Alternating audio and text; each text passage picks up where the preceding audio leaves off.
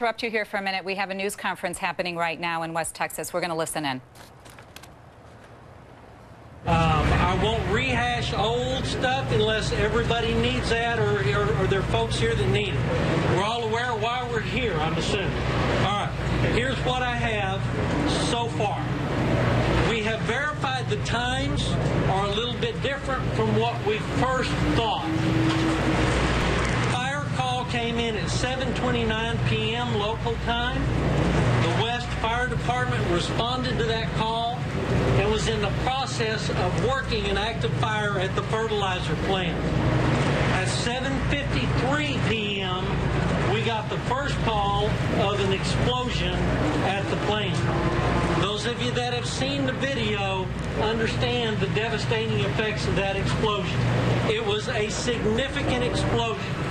I have talked to the troops that are on the ground there now, that were going door to door, and there are homes leveled, there are businesses leveled, there is massive devastation in the downtown West area.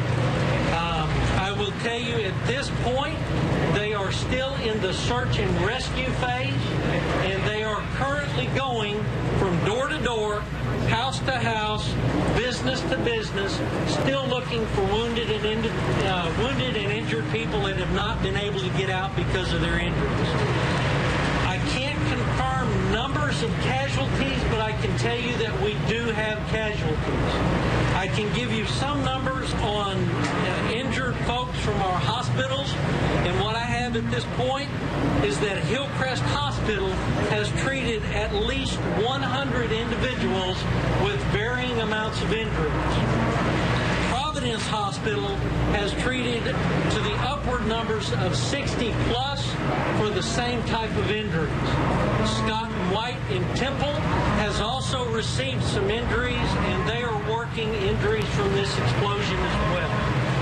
Abbott High School is our relief center for the evacuees.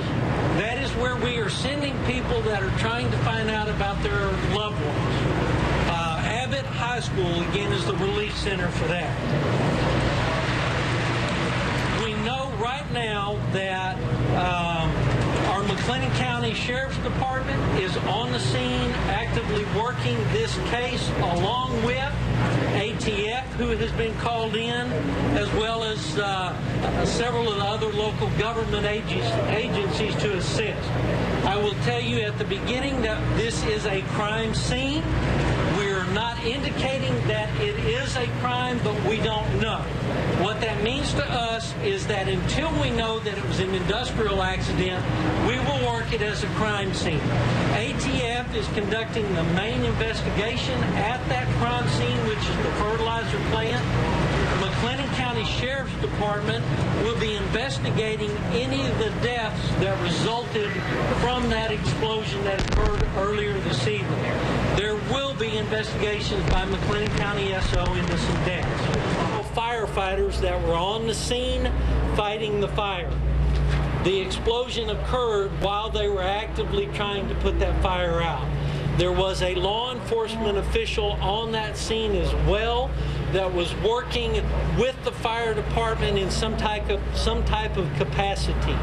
Until we know for sure who those individuals are in specific numbers, I can tell you that they range from anywhere from 3 to 5 as far as the number of firefighters that are missing. The casualty numbers, I don't have a hard number to give to you at this point. They are still working on that. I can tell you that it is estimated anywhere from 5 to 15 at this point. I know that's a rough estimate, but that's the best that I can give you. I know some of you have questions, but what I will ask you to do is please let me call on you so we don't shout over each other. It's very difficult to hear, as you all know, with the generators and such. That brings you up to speed on where we are. I will tell you that that area down where the fertilizer plant is shut down. That neighborhood is shut down. I just talked to the McLennan County Chief Deputy who has his troops there. He told me some of the devastation that his troops are seeing is that there are homes leveled. There are businesses leveled. He says it looks like when the blast occurred that the concussion and the pressure impact, if that's the correct wording, literally destroyed homes in and around that plant. We are, again, in the process of search and rescue. That is going to continue for some time. We are hoping that we will recover folks that maybe have not been able to get out from the rubble, but that process is ongoing. At some point, this will turn into a recovery operation, but at this point, we are still in search and rescue. I know that the area is going to be shut down. They will not give me a time on how long. I don't expect them to be able to give you a time on how long anytime soon. In these type of investigations, there is no hurry short of getting the injured out and treating the wounded to complete anything. They will take the necessary time they need. They will keep that neighborhood shut down. I will tell you, as media, I know you're itching to get there, but it is not a good idea. Mainly for your safety, we're asking that you stay put. At some point this morning, I will kick it over to somebody from West. It's been my understanding that either the mayor will come back or a city official at some point will be here to address you. I have heard 10 o'clock for that time. So those of you that need to be here, please be here. And at 10 o'clock, some official from the city of West will be here to address you in a little bit more detail on what's going on down there. Again, at this point, they are working it as a search and rescue. They will continue to do that for an unspecified amount of time until I think that they have exhausted all means of finding people. And until that point gets here, what they will end up turning into is a investigative mode, and they will keep the area shut down. ATF will start working the fertilizer plant as a crime scene, and again, McLennan County SO, along with their resources, will start going from house to house and working any of what we'll term at this point questionable deaths that may have occurred from the explosion. I'll take some questions from you, but again, let me call on you, please, and make sure that you talk loud enough so I'm able to hear. Sergeant, why call this a crime scene from the beginning? Why not hedge it a different direction and just say you don't know? Why call it a crime scene? Better to label it a crime scene and then it turn into an industrial accident than to say at a later time. We always start out looking at worst case scenarios. That's kind of what we're doing here. I can tell you, I have heard no indications that this was anything other than an accidental fire. However, the investigators in this case have not been able to get inside and determine what the source of the fire was, where it came from, whether it was intentionally set or whether it was not. They don't know. Is there anything to indicate from the radio traffic that it would have been intentionally set? Nothing at this point indicates that we have had criminal activity. However, we are absolutely not ruling that out. The investigators will keep an open mind, and they will determine as they get through this investigation to try and figure out what occurred. 2 questions. Was this an all-volunteer fire department? I don't have an answer to that question. I'm not sure. Second question, what were they fighting the fire with? I know they had their apparatus there and trucks. Sir, I don't have the answer to that. I don't know. Yes, sir. And you said 15 to 20 casualties. You're talking fatalities, right? I didn't say 15 to 20. Sorry. I said anywhere from 5 to 15 is the casualties fatality numbers. So fatalities, 5. We know that we've had at least 160 plus injuries that have been treated at the hospital. Okay, so 5 to 15 fatalities. That's correct. Right now. Yes. Yes, ma'am. Any estimate on how many structures were damaged or destroyed? Not at this point. They will get a better determination on the amount of structures. I can tell you that that is a pretty compact residential and business neighborhood. I can tell you from being in there earlier that some of the homes that I saw, I described it earlier as tornadic type destruction. One home was okay. The home next to it, everything was shattered. Wood was showing through. Brick were pulled off the wall. It had no rhyme or reason as to what it hit or missed. Yes, sir. At this point, what is the toughest part for investigators in that recovery? The toughest part for the investigators in the recovery is going to be just having to wait to be able to get in there. Number one, they're going to have to wait till it's safe to do so. I can give you a little update. There was what was described to me as some smoldering fires that continued not only in the homes in the neighborhood, but also inside the fertilizer plant itself. Obviously, they're going to want to be very careful in entering any of the structures, whether it's a home, a business, or the fertilizer plant, because we certainly don't want any more casualties from this fire. Yes, ma'am. There's still a concern that the north side of town may have to be evacuated. I have asked that question specifically about the environmental impact and the potential for that to continue. I have been told by the emergency management people that are downtown that at this point there is no threat to safety from the smoke from the fire.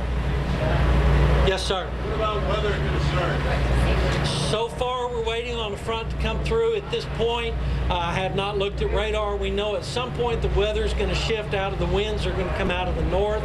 Again, I've been told that that is not going to be concerned based on the fire being mostly under control. Two things you may have answered already. Any continuing, or has fire attack resumed, and the geography, how many blocks affected by the damage?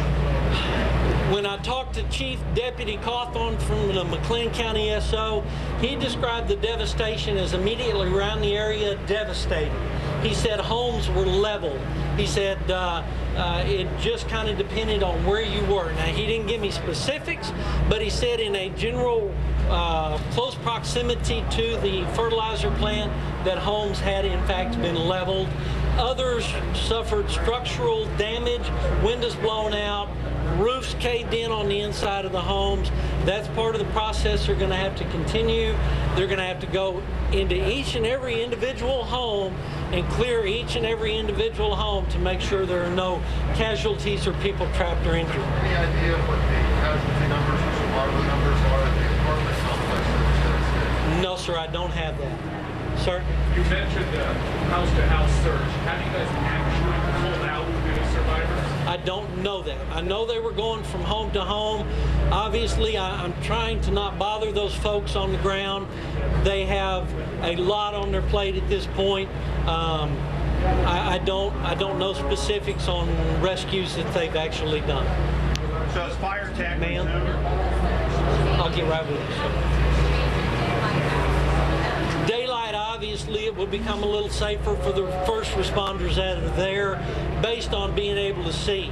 At this point, due to the devastation that is there, houses being ripped apart, you've got serious concerns from wood, nails, stepping on floors that are not secured, potential for more roof cave-ins, things along that line. To answer your question that you asked earlier, from what I understand, the fire department feels comfortable in saying that they've got the fire under control. I'm assuming that they are still there watching that fire and making sure that it doesn't advance. And the school and any other structures that would have... Obviously, there was a school in the neighborhood. Thank God that the school was out. That is something that before that school resumes, they will obviously go in. I don't have a report on whether the school caught fire. It's my understanding that there was damage to the school, but what extent I don't know. Can you characterize how much of the... Ma'am. What is the update on the air quality in the area? Is it even safe to be around? From what I understood from our emergency management people on the scene, the air quality at this point is not an issue. It is not a concern. Can you characterize how much of the town was affected? One gentleman told me a lot of the town is just gone. I don't know. I can tell you that from when I drove through there was devastation that changed from house to house, block to block. It is I don't want to call it constricted neighborhood, but there are homes close together, businesses close together. The main hub of downtown is a major thoroughfare, lots of businesses in and around the area. The city of West has experienced a very significant major event for them. They have experienced significant devastation in their town. They are going to be in a mode of recovery for a long time. Fortunately, they are, again, as I said, a very tight-knit group here in this community. They have already pulled together. I would like to mention again that not only have we had local fire, rescue, police, medical services, but we have had assistance from the Dallas-Fort Worth Metroplex as well. There has been an outpouring of support from law enforcement, fire, medical, Red Cross is here. From my understanding, the governmental agencies are here assisting. FEMA has been made aware. All of those issues get worked out at a certain point in the time. At this point, again, our main goal and our main function is to rescue those that we can rescue, get them the medical help that they need, and help those people start surviving. Do you ever the staffing at the plant at the time of the explosion? I don't have a number of the staffing. I don't know. I have not even heard if they were in the process of shutting down, had a skeleton crew there. I don't know that information. Are there rescue and cadaver dogs making their way through the area now? There will be at some point. ATF is going to bring explosive dogs in. I'm guessing that at some point, depending on the devastation to the homes, businesses, they may actually use dogs to help search those homes as well. Yes, ma'am.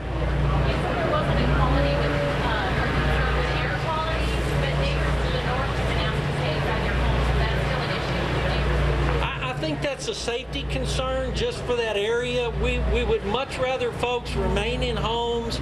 Certainly we don't want people wandering the neighborhood. Obviously there will be concerns of people coming into the neighborhood trying to sightsee. This is not the time to do this. This town has suffered a devastating setback that they will recover from, but they need more support than they need to worry about people wandering, sightseeing through their homes. Yes, ma'am. Is there any way to measure the magnitude of the blast? One more time. Is there any way to measure the magnitude of the blast? I can tell you that I have had a report from some of my cohorts that a seismic graph in Amarillo, Texas, registered a 2.5 on their Richter scale. I can tell you from seeing some of the video that I've seen, from talking to some of the people that I have talked to tonight, it was a huge explosion. The devastating factor that comes from the concussion, the shock wave that reached out from that. It reached blocks, if not miles, in its devastating effect. Yes, sir.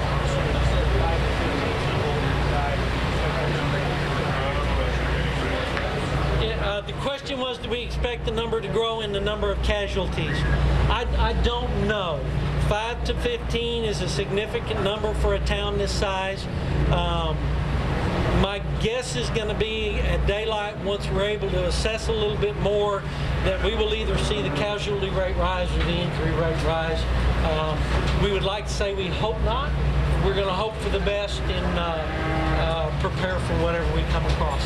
Yes, ma'am. We've seen markings on the houses. We've seen X's. What do the symbols mean on the home? The officers that were searching the areas are using that. I can't tell you what the symbols are, but I understand that they're color-coded and that symbolizes that they have found homes that they have cleared, searched. They've either recovered somebody out of a home or they may have found somebody deceased in a home, would be my guess. Do you know what an X means? I'm assuming that the X would mean that that home has been cleared, but I'm not for sure. Okay, any more questions? Yes, ma'am.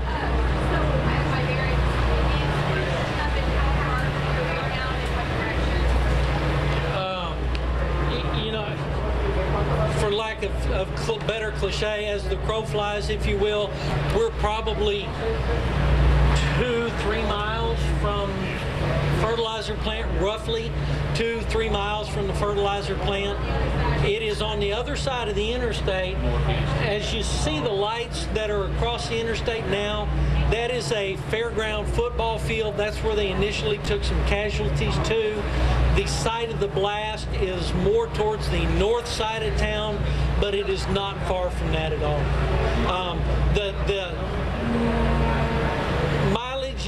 as far as the inside of the city of West, it's not a huge city, 2,800 in numbers, 2,800 plus, last census number that we had. The city of West itself is not huge, but it is compact in the area where the fertilizer plant was. All right, again, thank you for your patience with me. I will tell you that as I get somebody here to relieve me at some point this morning, I will make sure that I get them introduced to you so you know who you can expect to go to. Please be prepared sometime around 10 for somebody from the city of West to be here to visit with us. You've been listening to Sergeant Patrick Swanton with the Waco, Texas Police Department. Some really significant information that came out here.